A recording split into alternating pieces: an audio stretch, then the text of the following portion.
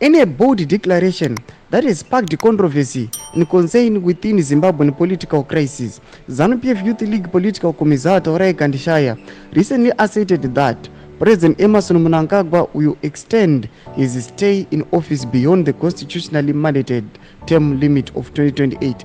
Azvipere mushe taona kuti avakomana vaonyasitoti we don't respect the law. Ndo zvakutogwa nakomana veZANU-PF sana bina mashoko anyogwa achibida muzimu aindoti vo subscribe like kuti on the bell icon. Noti muzimu ayamanyogwa muchinzi. This announcement has reignited debates over constitutional adherence and the consolidation of power within the ruling party.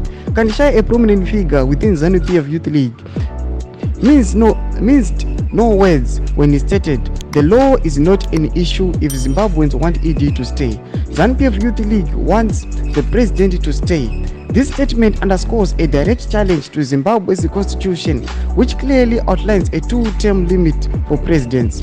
President Emmerson Mnangagwa, who took office in 2017 following a military intervention that ousted long-term leader Robert Mugabe, is currently serving his first elected term. Despite constitutional provisions intended to safeguard against indefinite presidential terms, Kandishaya's remarks suggest a growing sentiment within the ZANU-PF Youth League that Mnangagwa should continue leading the country well beyond his current tenure. Ndo mashoko ari kubuda panapa tichiona ZANU-PF Youth League political commissar achitaura mashoko kuti idi Mnangagwa anofanira kutoenda beyond the 2028 limit iri muconstitution. Awatudze mafungiro enyu kuti munoti kudii pamusoro pemashoko ari kutaura apa. Pinai comment section medu, musano subscribe, kuleka, chontina on the bell icon.